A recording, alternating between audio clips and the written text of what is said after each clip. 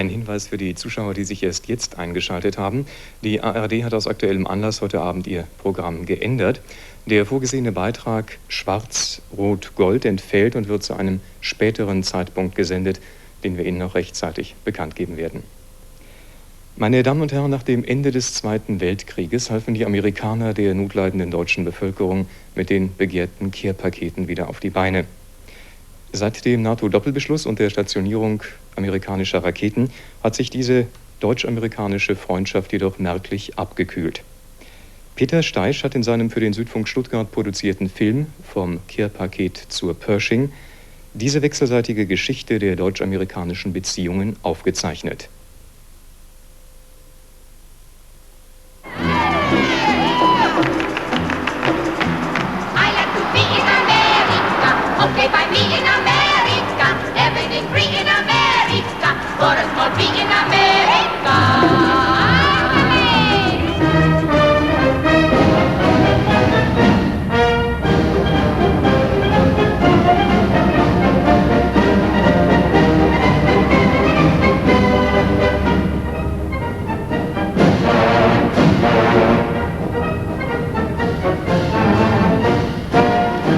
Amerika.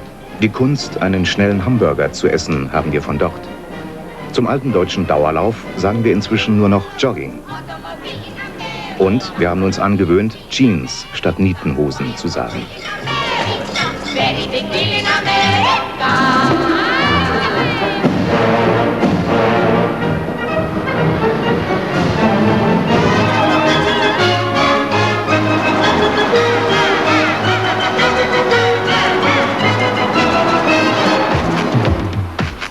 Musik und Tanz schwappen in modischen Wellen über den großen Teich. Gerade ist das Breakdance-Fieber am Abklingen.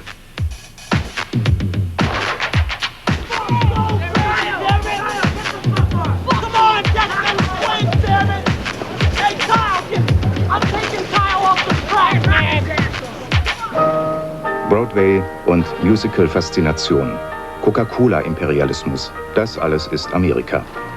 Und dieses Amerika ist in unserer Sprache, in unserem Alltagsleben. Wir Deutschen haben es teils bewusst, teils unbewusst in uns aufgenommen. The American Way of Life. Doch am Anfang stand die Katastrophe. Bombenkrieg der Alliierten gegen das nationalsozialistische Deutschland.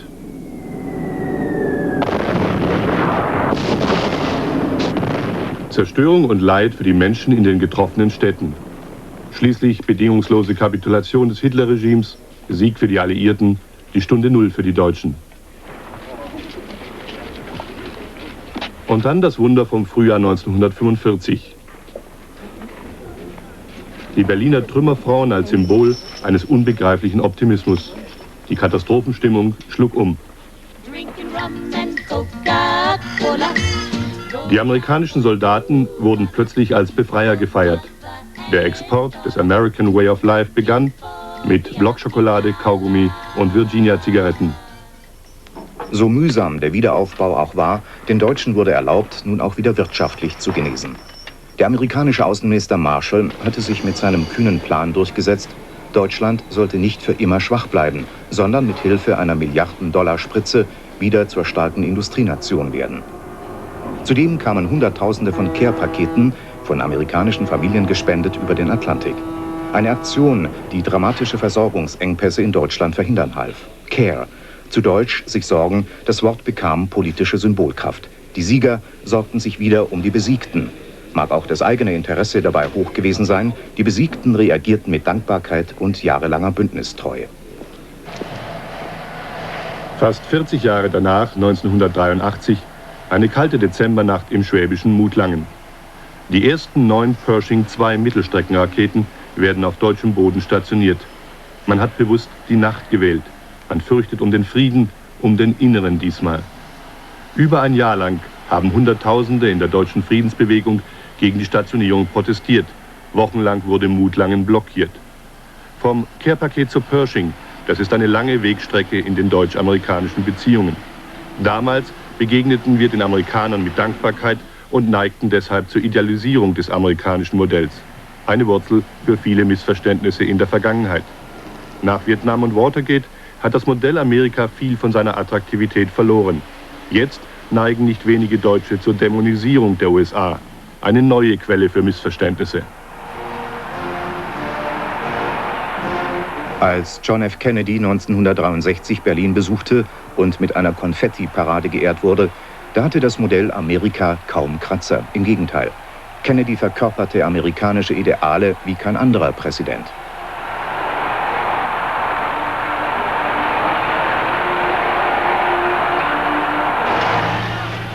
Fast 20 Jahre später, Berlin 1982.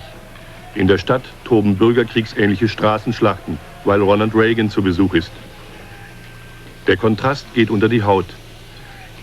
Wie sind diese unterschiedlichen Reaktionen auf amerikanische Präsidentenbesuche zu erklären?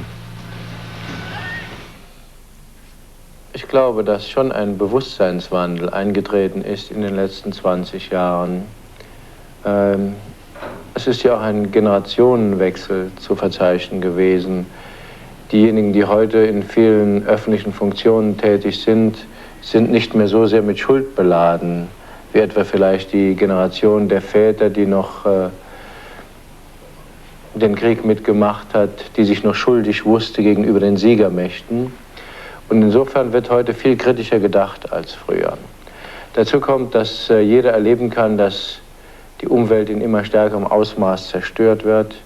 Jeder weiß heute, dass Menschen in der dritten Welt verhungern. Und man stellt sich natürlich auch die Frage, was hat die amerikanische Politik damit zu tun? Und es ist ja wohl kein Zweifel, dass insbesondere Reagan in den letzten Jahren doch die Hauptverantwortung dafür trägt, dass der atomare Hochrüstungsprozess immer weitergeht. Es kommen immer gefährlichere Waffengenerationen. Die gefährlichste, die Pershing, steht mittlerweile bei uns. Und man kann dann einer solchen Entwicklung nicht mehr freundschaftlich zusehen, sondern man muss seine tiefste Besorgnis ausdrücken und muss eben sagen, wir sind mit diesen Dingen nicht einverstanden. Wir können sie im Grunde genommen aus ethischen Motiven heraus nicht verantworten. 1963 beim Kennedy-Besuch in Berlin gibt es Verletzte aus Enthusiasmus. 1982 gibt es Opfer aus Hass.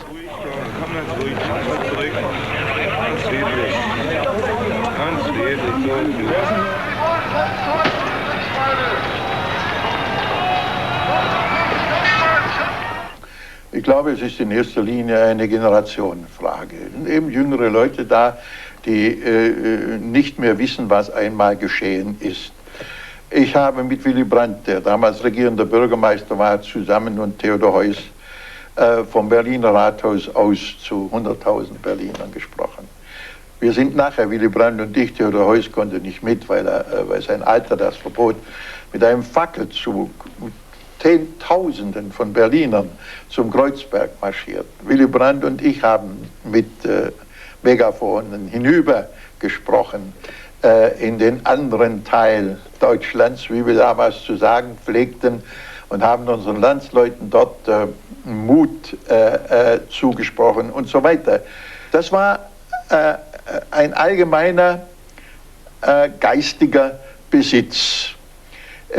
Heute ist es in der Tat so, dass viele junge Leute geneigt sind, die beiden Supermächte einander gleichzusetzen. Da ist die Supermacht Amerika, da ist die Supermacht der Sowjetunion und da drehe ich die Hand nicht um. Es ist überhaupt ein schwindendes Gefühl für das, was Freiheit ist. Wir Älteren, die wir aus dem Dritten Reich herauskamen, wir wussten sehr genau, was Freiheit ist und was es bedeutet, wieder frei sein zu dürfen. Viele junge Leute heute nehmen das als ganz selbstverständlich. All free men, wherever they may live, are citizens of Berlin. And therefore, as a free man, I take pride in the words, Ich bin ein Berliner. You have endured in your splendid city on the spree, and my return visit has convinced me, in the words of the beloved old song, that Berlin bleibt doch Berlin. Well, the mood has changed, and It's only a natural development. In 1963, not many years had passed since the end of the war. Ja, die Stimmung hat sich geändert und das ist eigentlich ganz natürlich. 1963 war der Krieg noch nicht so lange vorbei. Viele Deutsche kamen zum Beispiel aus Ostpreußen oder aus dem Gebiet der DDR. Sie hatten Angst vor den Russen. Sie hatten ihren Besitz verloren. Sie waren nicht frei gewesen. Für sie waren einschneidende Ereignisse noch frisch im Gedächtnis. Etwa die Berlin-Blockade 48/49 oder der Volksaufstand von 1953, die Invasion in Ungarn 1956 und die Unterdrückung des ungarischen Volks. And President Kennedy came here. He was young, idealistic. Und als Präsident Kennedy nach Berlin kam, da war er jung, voller Ideale, überaus bewundert vom deutschen Volk. Er kam nach Berlin nur ein paar Monate nach der Kuba-Krise. Er galt als Held und auch als Retter Deutschlands. Nun, seit damals ist Deutschland reif geworden. Als Nation, das deutsche Volk ist reif geworden. Es ist wohlhabender und selbstsicherer geworden. Die Deutschen haben gelernt, ihre eigenen Interessen zu artikulieren. Früher war Deutschland abhängig von Amerika. Heute fühlen sich die Deutschen als gleichberechtigter Partner Amerikas. Now German people view themselves as equal partners of the US. Für sie, die in Berlin, Mutlangen oder Rammstein amerikanische Flaggen verbrennen, geht es um mehr als um Abnabelung von der ehemaligen Besatzungsmacht. Sie fühlen und demonstrieren unverhohlen Anti-Amerikanismus. Ob sie allerdings mehr über Amerika wissen als die Deutschen, die vor 35 Jahren schlicht dankbar waren? Amerika, das ist vor allem der mittlere Westen und keineswegs nur New York, Washington, Los Angeles. Diese Büffel in Nebraska stehen nicht mehr unter Artenschutz. Die Herden sind wieder groß genug, um die solide Existenz so mancher Rancher zu garantieren. Die Tiere werden vermarktet, das Fleisch wird zu Steaks und Hamburgern, wenngleich sie in diesem Fall Buffalo Burger heißen.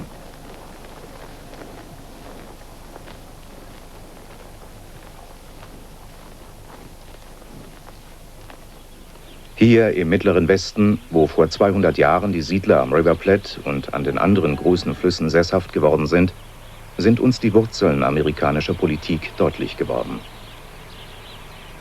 Da ist der Pioniergeist der Gründerzeit lebendig, das elitäre Gefühl, zu den Besten zu gehören, denn nur die Besten kamen vor 200 Jahren an am River Platte. Und da ist die beeindruckende Weite des Landes, in dem die Menschen sich oft einsam verlieren, Isolation spüren, obwohl die Nachbarn, so eng es geht, zusammenrücken. Die Rancher und Farmer von Nebraska leben weit weg von den Küsten und ihrer Hauptstadt Washington. Distanz und Einsamkeit ist ein stets starker Nährboden für das andere amerikanische Urgefühl. Neben dem Pioniergeist gibt es auch den Drang zum Isolationismus. Wer amerikanischer Präsident werden oder bleiben will, muss mit seiner Politik diese Stimmung bei den Bürgern des Mittleren Westens treffen. Jimmy Carter hat diese Stimmung vor 4 Jahren mit seiner Getreideembargo-Politik gegen die Sowjetunion überhaupt nicht getroffen. Ein nicht zu unterschätzender Grund für den Sieg Ronald Reagans. Die Farmer in Nebraska leiden noch heute unter den Folgen der Embargo-Politik. Zumal es hier keine riesigen Landwirtschaftsfabriken gibt, die Kornkammer der USA ist ein Mosaik aus kleinen Familienbetrieben. Vater und Sohn, Mann und Frau bewirtschaften den Hof, der jeweils nur eine Quadratmeile groß ist. Obwohl die meisten Familien in Nebraska aus Europa stammen, vorwiegend aus Polen und Deutschland, wissen sie wenig von Europa, von der Bundesrepublik.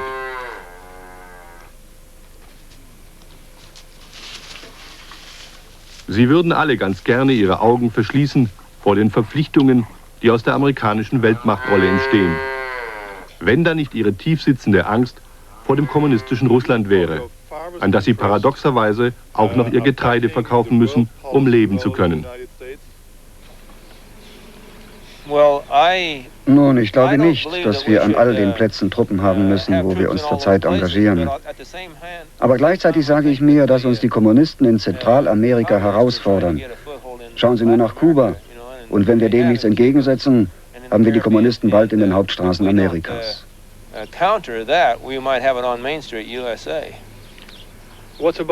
Das ist doch eine sehr paradoxe Rivalität, frage ich meine Gesprächspartner.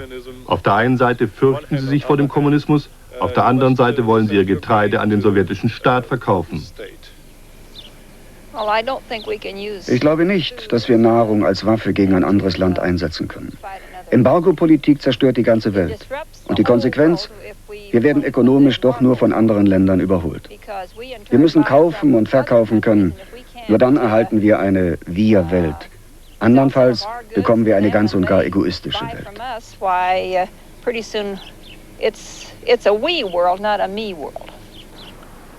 Das Kapitol, das Parlamentsgebäude in Nebraskas Hauptstadt Lincoln. In diesem imposanten Bauwerk werden vor allem die Interessen der Rancher und Farmer bei der Gesetzgebung berücksichtigt.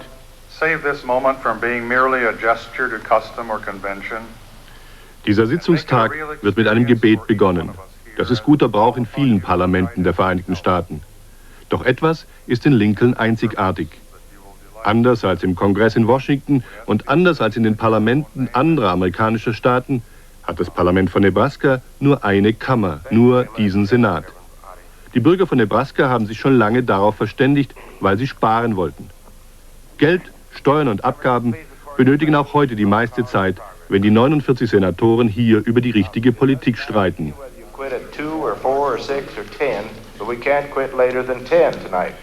Der Sprecher des Senats ermahnt seine Kollegen, heute sorgsam mit ihrer Zeit umzugehen. Alle Gesetzesvorlagen müssen in letzter Lesung bis Mitternacht beraten sein. Wenn der Senat das nicht schafft, muss er ganz von vorne beginnen. So will es die Verfassung von Nebraska.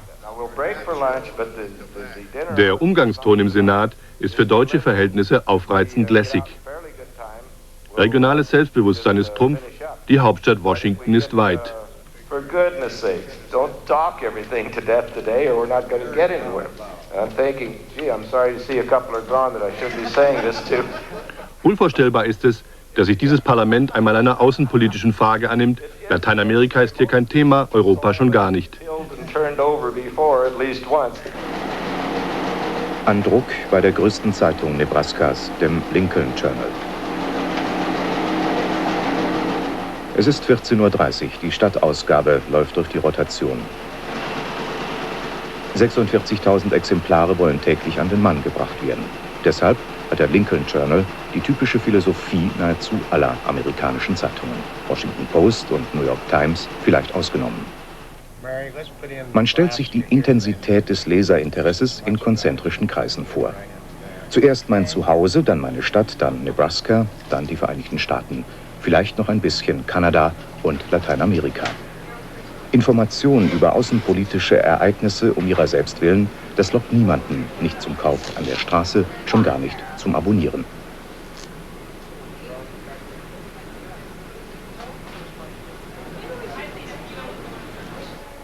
Die Arbeitsbedingungen für die Journalisten beim Lincoln Journal sind fast genauso wie die bei der Washington Post, mit einer Ausnahme. Der außenpolitische Redakteur beim Lincoln Journal hat einen schweren Job. Eine einzige Agentur übermittelt ihm die Neuigkeiten aus aller Welt. Und dafür hat er in seiner Zeitung zudem noch extrem wenig Platz.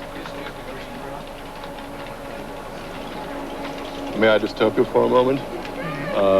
When did your last foreign issue story on... Darf ich Sie einen Augenblick stören? Wann hatten Sie denn Ihre letzte Story über Westeuropa im Blatt? Or how often did your story on Western Europe in the last 4 weeks? Oh.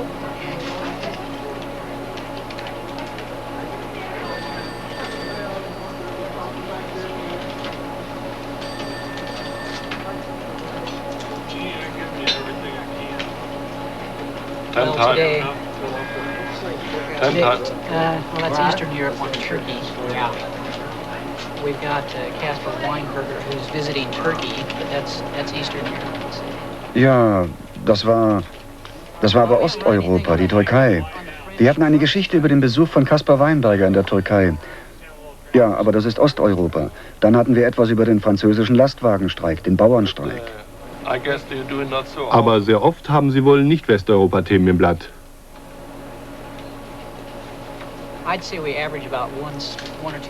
Nun ja, 1 bis 2 Mal in der Woche. Manchmal sind es auch mehr. Es hängt von den Agenturen ab.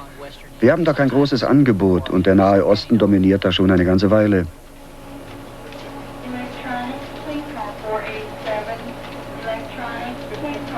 It depends on our news space.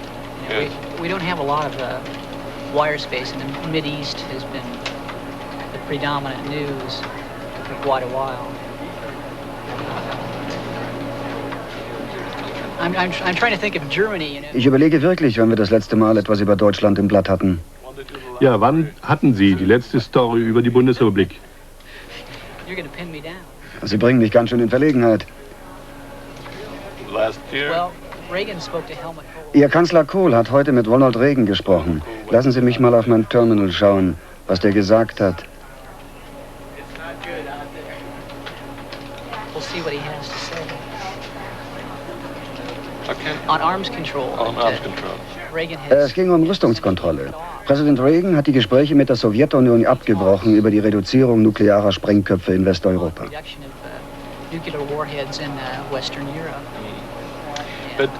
Es muss also auf jeden Fall so sein, dass die Vereinigten Staaten bei dem Thema tangiert sind. Sonst nehmen sie die Story nicht ins Blatt. For your choosing, the Americans must be involved in the issue. Otherwise, you won't choose a foreign policy story. Well, Nun, ja, weil wir Amerikaner sind. Der Lincoln Journal, das ist die frappierende Antwort, beschäftigt sich wie die meisten Zeitungen in den Vereinigten Staaten mit Nabelschau. Die Medien auf beiden Seiten des Atlantiks tragen so zu den deutsch-amerikanischen Missverständnissen bei. Bei uns verengt sich Amerika-Berichterstattung oft nur auf Außergewöhnliches und Sensationelles. Drüben schrumpft die Welt auf 2 Spalten zusammen, der Rest gehört der Werbung.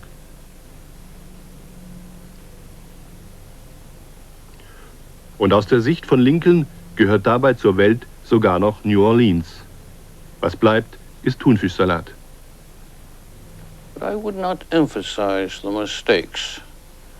Ich würde die Fehler nicht so herausstreichen. Es gibt einfach Unterschiede in der jeweiligen Lagebeurteilung. Deutschland ist ein geteiltes Land in einem geteilten Kontinent. Und wir in Amerika verstehen das manchmal nicht so ganz. The fact that Germany is a divided nation and that you have broken families and that Germany... Nehmen wir nur mal die Tatsache, dass Deutschland geteilt ist, dass die Risse oft quer durch die Familien gehen. Daraus ergibt sich, dass Deutschland ein besonderes Gefühl entwickelt hat und einen starken Wunsch, mit der DDR klarzukommen. Auch das ist etwas, was Amerikaner nie so richtig verstehen können, wenn sie nicht selbst in Deutschland gelebt haben. Nun, im Gegensatz dazu sind die Vereinigten Staaten eine Weltmacht. Wir haben Sicherheit und Wirtschaftsinteressen überall in der Welt. Economic interests all over the world.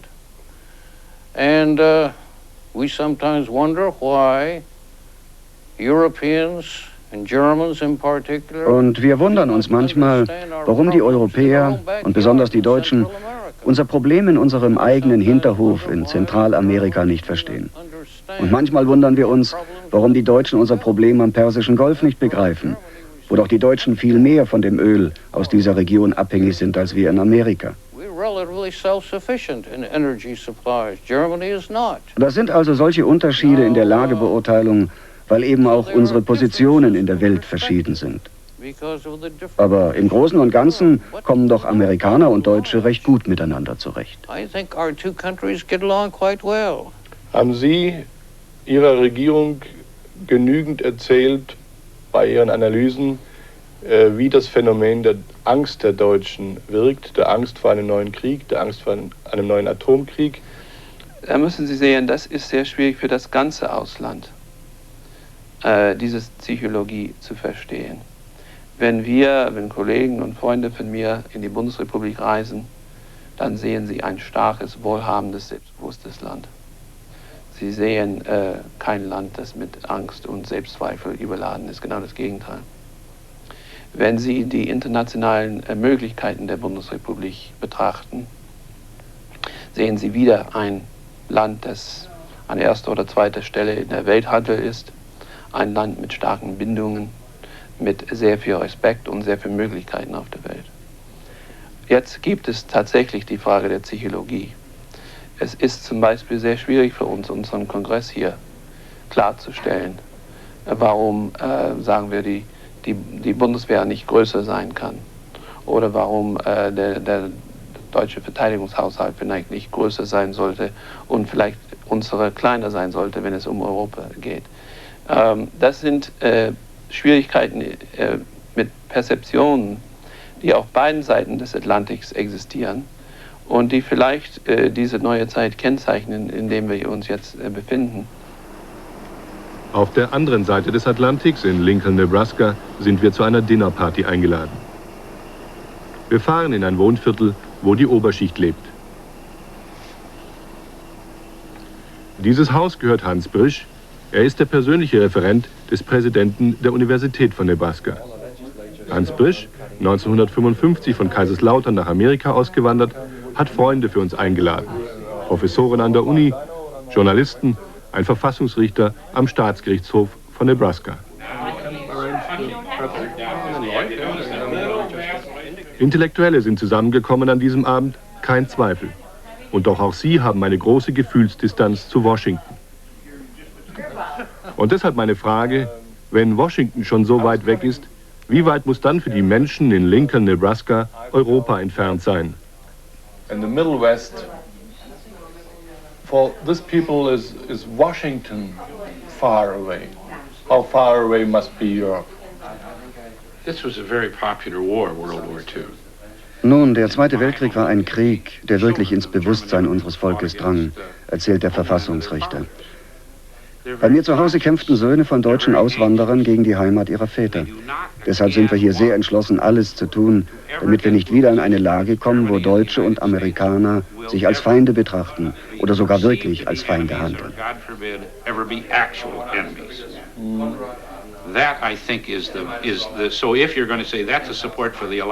Daraus leitet sich bei uns eine gewaltige Unterstützung für die Atlantische Gemeinschaft ab. Auf der anderen Seite machen wir uns natürlich bei Details Sorgen. Nehmen Sie nur den Erfolg der Grünen. Wir sind immerhin dabei, unsere eigene Politik neu zu durchdenken. Wir geben enorme Summen für die Stationierung unserer Truppen in Deutschland aus und gleichzeitig registrieren wir immer einflussreicher werdende Teile in der deutschen Bevölkerung, die gegen uns sind. Das ärgert uns, weil wir uns sagen, wir könnten das Geld auch gut brauchen, um den Armen bei uns zu helfen. By contrast, the attitudes that you have today are not isolationist. Today, the commitment is very strongly to... Auf der anderen Seite, entgegnet dieser Professor für deutsche Literatur, ist unsere Haltung heute trotzdem nicht isolationistisch. Unser Engagement für die NATO ist groß. Schließlich sind die Menschen hier noch immer in hohem Maße antikommunistisch eingestellt. Sie haben zwar nicht immer ein klares Bild von der kommunistischen Bedrohung, manchmal beruht die Kommunistenfurcht bei uns schlicht auf Unkenntnis. Das ist zum Teil noch ein Erbe der 50er Jahre, der McCarthy-Ära.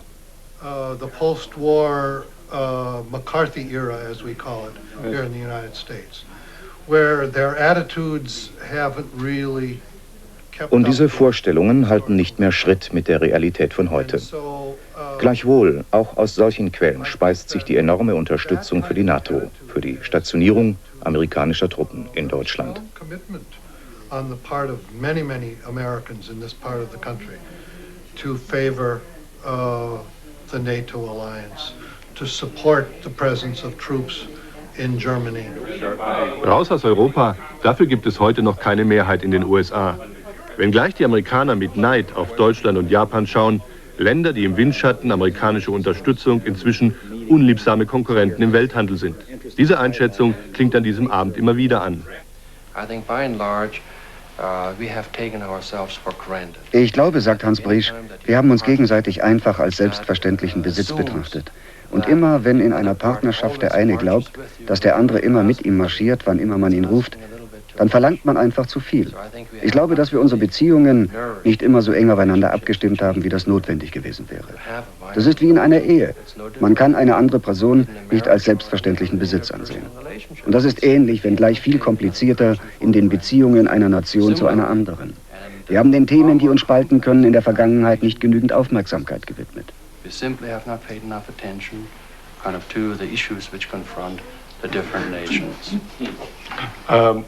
Lassen Sie mich noch einmal nachfragen. Wenn wir Deutsche den Weg des Neutralismus gehen, gehen die Vereinigten Staaten dann den Weg des Isolationismus?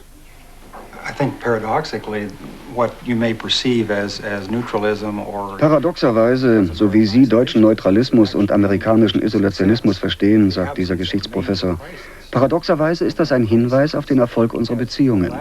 Die Tatsache, dass es schon lange keine große Krise mehr gegeben hat, wie etwa die Berlin-Krise, hat eben erst den Eindruck entstehen lassen, dass unsere Beziehungen heute nicht mehr so eng sind. Sollte aber in der Zukunft eine Krise heraufziehen, dann wird man sehen, dass unsere Beziehungen sehr viel enger sind, als sie heute bei oberflächlicher Betrachtung erscheinen mögen. Am nächsten Morgen besuchen wir die Universität von Nebraska. 25.000 Studenten sind hier eingeschrieben. Die Universität hat einen guten Ruf im ganzen Land. Das gilt für Forschung und Lehre, das gilt aber vor allem für ihr Spitzenteam im Football. Hans Brisch hat uns den Besuch vermittelt. Wir sind bei Professor Ed Homsey eingeladen. U.S. occupation policies